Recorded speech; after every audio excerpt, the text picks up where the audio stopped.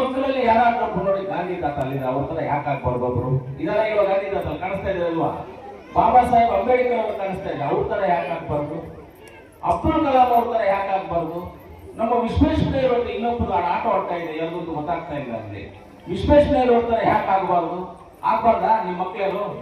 ಬುಕ್ಕೆ ತಾಯಿ ಪೆನ್ನು ತಂದೆ ಅಂತ ಹೇಳ್ಕೊಡ್ಬೇಕು ನೀವು. ಈ ಬುಕ್ ನೀವು ಧರ್ಮಸ್ಥಳಕ್ಕೆ ಹೋಗಿ, ನೀವು ತಿರುಪತಿ ವೆಂಕಟೇಶ್ವರಕ್ಕೆ ಹೋಗಿ, ಇನ್ನೊಬ್ರು ನಾಗೂರ್ ದರ್ಗಾಗ್ ಹೋಗ್ಲಿ, ಇನ್ನೊಬ್ರು ಬೇಲಂಗಾಡಿ ಚರ್ಚ್ಗೆ ಹೋಗ್ಲಿ, ಆದ್ರೆ ನಿಮ್ಮ ಮಕ್ಕಳಿಗೆ ಹೇಳ್ಕೊಡ್ಬೇಕಾಗಿದ್ದಂತ ವಿಚಾರ ಏನಂದ್ರೆ ಈ ಶಾಲೆನೇ ನಿಮಗೆ ತಿರುಪತಿ ದೇವಸ್ಥಾನ, ಈ ಶಾಲೆನೇ ನಿಮಗೆ ಧರ್ಮಸ್ಥಳ ಮಂಜುನಾಥ ಸ್ವಾಮಿ, ಈ ಶಾಲೆನೇ ನಿಮಗೆ ನಾಗೂರ್ ದರ್ಗಾ, ಈ ಶಾಲೆನೇ ನಿಮಗೆ ಬೇಲಂಗಾಡಿ ಚರ್ಚು ನಿಮಗೆ ಅಂತ ಹೇಳಿ ನಿಮ್ಮ ಮಕ್ಕಳಿಗೆ ಶಾಲೆ ಅಂತಾನೆ ಹೇಳ್ಬೇಕು. ತುಂಬಾ ಹೊತ್ತು ಮಾತಾಡಕ್ ಹೋಗೋದಿಲ್ಲ, ಕೆಲವೊಂದು ಶಾಲೆಗೆ ಹೋಗ್ಬೇಕು. ಶಾಲೆ ಅನ್ನೋದು ಯಾವ ತರ ಅಂತ ಹೇಳಿದ್ರೆ ನಾನು ಸಿಂಪಲ್ ಆಗಿ ಹೇಳಕ್ ಇಷ್ಟಪಡ್ತೇನೆ.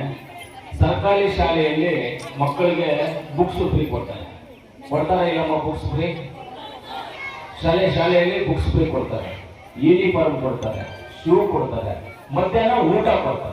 ಇಷ್ಟೆಲ್ಲ ಫೆಸಿಲಿಟೀಸ್ ಕೊಟ್ಟು ಮಕ್ಕಳನ್ನ ನೀವು ಇಲ್ಲಿ ಸೇರಿಸಿ ಸರ್ಕಾರಿ ಶಾಲೆಯಲ್ಲಿ ಓದಿಸಿ ಅಂತ ಹೇಳ್ತಾ ಇದ್ದಾರೆ. ಆಮೇಲೆ ದಾನಿಗಳು ಇದೆಲ್ಲ ಯಾಕೆ ಹೇಳ್ಕೊಂಡ್ ಬರ್ತಾ ಇದ್ದಾರೆ ಅಂದ್ರೆ ಈ ಮಕ್ಕಳಿಗೆ ಈ ಫೆಸಿಲಿಟಿ ಸರ್ಕಾರ ಕೊಡುತ್ತೆ. ನಮಗೆ ಕೋಲಾರಲ್ಲಿ ಒಂದು ಚಿಕ್ಕದಾದ ಒಂದು ಸರ್ಕಾರ ಇದೆ ನಮಗೆ, ಅದು ಹೆಂಗೆ ಅಂದ್ರೆ ನಮ್ಮ ವೆಂಕಟೇಶಣ್ಣವರು ಸತ್ಯನಾರಾಯಣ ಚೌಡರಿ ವೆಂಕಟೇಶಣ್ಣವರು ಹೆಂಗೆ ಅಂತ ಹೇಳಿದ್ರೆ ವಿದ್ಯಾಭ್ಯಾಸಕ್ಕೋಸ್ಕರ, ಒಳ್ಳೆ ದೇವಸ್ಥಾನಗಳಿಗೋಸ್ಕರ ಅವರು ಸಹಾಯವನ್ನು ಮಾಡ್ತಾರೆ. ಇವತ್ತು ಈ KPSC ಶಾಲೆ ಏನು ನಮ್ಮ ಕರ್ನಾಟಕ ಪಬ್ಲಿಕ್ ಶಾಲೆ ಇದೆ ನರಸಾಪುರ, ಆ ಶಾಲೆ ಇವತ್ತು ಎಷ್ಟು ಅಂದವಾಗಿದೆ ನೋಡಿ.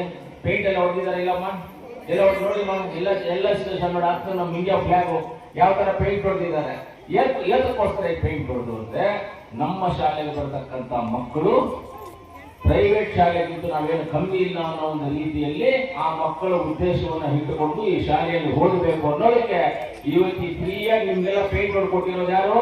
ನಮ್ಮ ವೆಂಕಟೇಶಣ್ಣ ಅವರು, ಸತ್ಯನಾರಾಯಣ ಚೌಡರಿ ಸುಬ್ಬಣ್ಣವರು ವೆಂಕಟೇಶಣ್ಣ ಅವರು ಹೊಡ್ಕೊಟ್ಟಿದ್ದಾರೆ.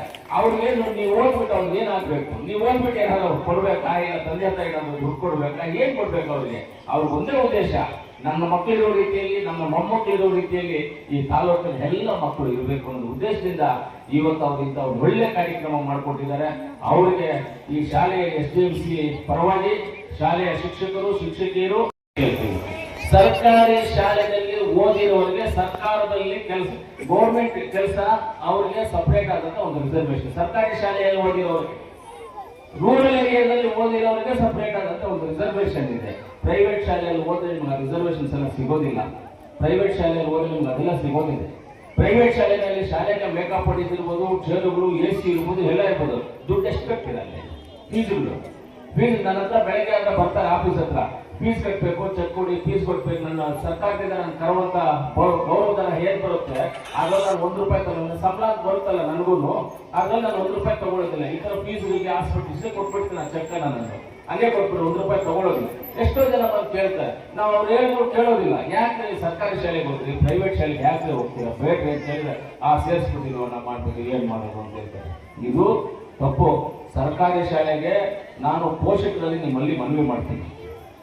ಸರ್ಕಾರಿ ಶಾಲೆ ಅಂದ್ರೆ ಏನು ಅಂದ್ರೆ ಮಕ್ಕಳಿಗೆ ಯಾವ ರೀತಿ ನೀವು ಹೇಳ್ಕೊಡ್ಬೇಕು ಅಂದ್ರೆ, ನೀವು ಧರ್ಮಸ್ಥಳಕ್ಕೆ ಹೋಗಿ, ನೀವು ತಿರುಪತಿ ವೆಂಕಟೇಶ್ವರಕ್ಕೆ ಹೋಗಿ, ಇನ್ನೊಬ್ರು ನಾಗೂರ್ ದರ್ಗಾಗ್ ಹೋಗ್ಲಿ, ಇನ್ನೊಬ್ರು ಬೇಲಂಗಾಡಿ ಚರ್ಚ್ಗೆ ಹೋಗ್ಲಿ, ಆದ್ರೆ ನಿಮ್ಮ ಮಕ್ಕಳಿಗೆ ಹೇಳ್ಕೊಡ್ಬೇಕಾಗಿದ್ದಂತ ವಿಚಾರ ಏನಂದ್ರೆ ಈ ಶಾಲೆನೇ ನಿಮಗೆ ತಿರುಪತಿ ದೇವಸ್ಥಾನ, ಈ ಶಾಲೆನೇ ನಿಮಗೆ ಧರ್ಮಸ್ಥಳ ಮಂಜುನಾಥ ಸ್ವಾಮಿ, ಈ ಶಾಲೆನೇ ನಿಮಗೆ ನಾಗೂರ್ ದರ್ಗಾ, ಈ ಶಾಲೆನೇ ನಿಮಗೆ ಬೇಲಂಗಾಡಿ ಚರ್ಚು ನಿಮಗೆ ಅಂತ ಹೇಳಿ ನಿಮ್ಮ ಮಕ್ಕಳಿಗೆ ಶಾಲೆ ಅಂತಾನೆ ಹೇಳ್ಬೇಕು.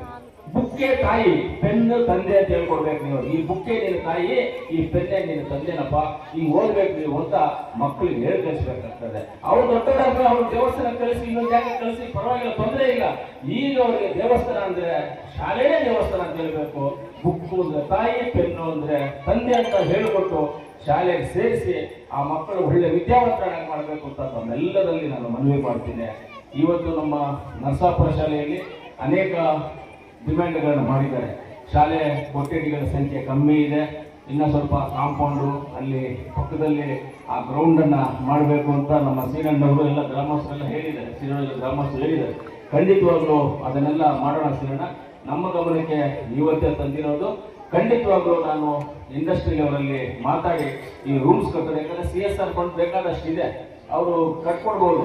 ಅದರಿಂದ ಅವ್ರನ್ನ ಕರೆದು ನಾನು ಮಾತಾಡಿ ಅವ್ರ ಹತ್ರ ಈ ಶಾಲೆಯಲ್ಲಿ ಎಲ್ಲೆಲ್ಲಿ ಬೇಕೋ ಅಲ್ಲಿ ರೂಮ್ಸ್ ಕಟ್ಕೊಡುವಂಥ ಕೆಲಸವನ್ನ ಎಲ್ಲವನ್ನ ಮಾಡಿ ಒಳ್ಳೆ ಅಭಿವೃದ್ಧಿ ಮಾಡೋಣ.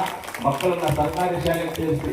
ಯಾಕಂದ್ರೆ ನಮ್ಮ ಆಸೆ ಒಂದೇ, ನಮ್ಮ ವೆಂಕಟೇಶನ್ ಅವರ ಆಸೆನೂ ಒಂದೇ ಇದೆ, ನಮ್ಮೆಲ್ಲರ ಆಸೆ ಒಂದೇ. ಈ ಮಕ್ಕಳಲ್ಲಿ ಯಾರಾದ್ರೂ ನೋಡಿ ಗಾಂಧಿ ತಾತ ಅಲ್ಲಿದೆ, ಅವ್ರ ತರ ಯಾಕೆ ಆಗ್ಬಾರ್ದು ಒಬ್ರು ಇದರ ಇವಾಗ ಗಾಂಧಿ ತಾತ ಕಾಣಿಸ್ತಾ ಇದೆ ಅಲ್ವಾ, ಬಾಬಾ ಸಾಹೇಬ್ ಅಂಬೇಡ್ಕರ್ ಅವರು ಕಾಣಿಸ್ತಾ ಇದೆ, ಅವ್ರ ತರ ಯಾಕೆ ಆಗ್ಬಾರ್ದು, ಅಬ್ದುಲ್ ಕಲಾಂ ಅವ್ರ ತರ ಯಾಕೆ ಆಗ್ಬಾರ್ದು, ನಮ್ಮ ವಿಶ್ವೇಶ್ವರಯ್ಯವರು ಇನ್ನೊಬ್ಬರು ಆಟ ಆಡ್ತಾ ಇದೆ, ಎಲ್ಲರಿಗೂ ಗೊತ್ತಾಗ್ತಾ ಇಲ್ಲ ಅಲ್ಲಿ, ವಿಶ್ವೇಶ್ವರಯ್ಯವ್ರ ತರ ಯಾಕೆ ಆಗ್ಬಾರ್ದು, ಆಗ್ಬಾರ್ದಾ? ನಿಮ್ಮ ಮಕ್ಕಳು ಆಗ್ಬೇಕಾ ಬೇಡವಾ? ಆಗ್ಬೇಕು, ಆ ರೀತಿಯಲ್ಲಿ ಆಗ್ಬೇಕು. ವಿಶ್ವೇಶ್ವರಯ್ಯ, ಅಬ್ದುಲ್ ಕಲಾಮು, ಬಾಬಾ ಸಾಹೇಬ್ ಅಂಬೇಡ್ಕರ್, ಗಾಂಧೀಜಿ, ಈ ರೀತಿಯಲ್ಲಿ ಅನೇಕ ಜನ ಆಗ್ಬೇಕು. ರಾಜಕಾರಣಿಗಳಲ್ಲಿ ಲೆಕ್ಕ ಮಾಡಿಕೊಂಡು ಹೋದ್ರೆ ನಮ್ಮ ಕೋಲಾರ ಜಿಲ್ಲೆಯ KC ರೆಡ್ಡಿ ಅವ್ರ ತರ ಯಾಕೆ ಹಾಕ್ಬಾರ್ದು, ಬೈರೇಗೌಡರ ತರ ಯಾಕೆ ಹಾಕ್ಬಾರ್ದು, ಶ್ರೀನಿವಾಸ ಗೌಡ ತರ ಯಾಕೆ ಹಾಕ್ಬಾರ್ದು, ME ವೆಂಕಟಪ್ಪ, ME ಕೃಷ್ಣಪ್ಪನವರು, ನಮ್ಮ P ಚೆನ್ನೈನವರು, ಲತೀಫ್ ಸಾಬ್ ಅಂತವರು ಯಾಕೆ ಹಾಕ್ಬಾರ್ದು? ಆಗಬೇಕು. ಈ ದೇಶದಲ್ಲಿ ಆ ರೀತಿಯಲ್ಲಿ ಬಂದ್ರೆ ಈ ದೇಶ ಇನ್ನ ಮುಂದಕ್ಕೆ ಹೋಗ್ಬೇಕು ಹೇಳ್ಕೊಳ್ತಾರೆ. ಯಾವತ್ತ ಮುಂದಕ್ಕೆ ಹೋಗ್ಬೇಕಂದ್ರೆ ಈಗ ಶಾಲೆಗೆ ಹೋಗ್ತಾ ಇರ್ಬೋದು ಮಕ್ಕಳನ್ನ ನೀವು ಚೆನ್ನಾಗಿ ಓದಿಸಿ ಅವ್ರನ್ನ ವಿದ್ಯಾವಂತರಾಗಿ ಮಾಡಿದ್ರೆ ಅವರೇ ಮುಂದಿನ ಈ ದೇಶವನ್ನು ಆಳ್ವಿಕೆ ಮಾಡುವಂಥವ್ರು ಅವರೇ ಆಗಿರ್ತಾರೆ. ಅದರಿಂದ ನೀವೆಲ್ಲರಿಗೂ ಇವತ್ತು ಶಾಲಾ ಶಿಕ್ಷಣ ನಮ್ಮೇನು ಡಿಪಾರ್ಟ್ಮೆಂಟ್ ಇದೆ, ಆಮೇಲೆ ಎಲ್ಲ ನಮ್ಮ ತಾಲೂಕು ಶಿಕ್ಷಕರ ನಮ್ಮ PO ನಮ್ಮ ಸಮಿತಿ ಏನಿದೆ ತಾಲೂಕು ಎಜುಕೇಶನ್ ಅಂತ ಅವ್ರಿಗೂ, ಆಮೇಲೆ ವೇದಿಕೆ ಮೇಲೆ ಇರ್ತಕ್ಕಂಥ ಎಲ್ಲ ನಮ್ಮ ಗಣ್ಯರಿಗೂ ನನ್ನ ಧನ್ಯವಾದಗಳನ್ನು ತಿಳಿಸಿ, ಮಕ್ಕಳನ್ನ ಹಾಜರಾತಿಗೆ ಕರ್ಕೊಂಡ್ಬಂದಿದ್ದ ತಾಯಂದಿರಿಗೆ ನಿಮಗೆ ದೇವರು ಒಳ್ಳೇದು ಮಾಡಲಿ, ಇನ್ನೂ 100 ವರ್ಷ ಚೆನ್ನಾಗಿಟ್ಟಿದೆ ದೇವರೆಲ್ಲರೂ ನಿಮ್ಮ ಮಕ್ಕಳನ್ನ ಸರ್ಕಾರಿ ಶಾಲೆಗೆ ಸೇರಿಸಿ ನೀವೆಲ್ಲ ಒಳ್ಳೆಯದಾಗಿ ಅಂತ ದೇವರಲ್ಲಿ ಪ್ರಾರ್ಥನೆ ಮಾಡಿ ನನ್ನ ಮಾತನ್ನು ಮುಗಿಸ್ತೇನೆ. ಜೈ ಹಿಂದ್, ಜೈ ಕರ್ನಾಟಕ ಮಾತು.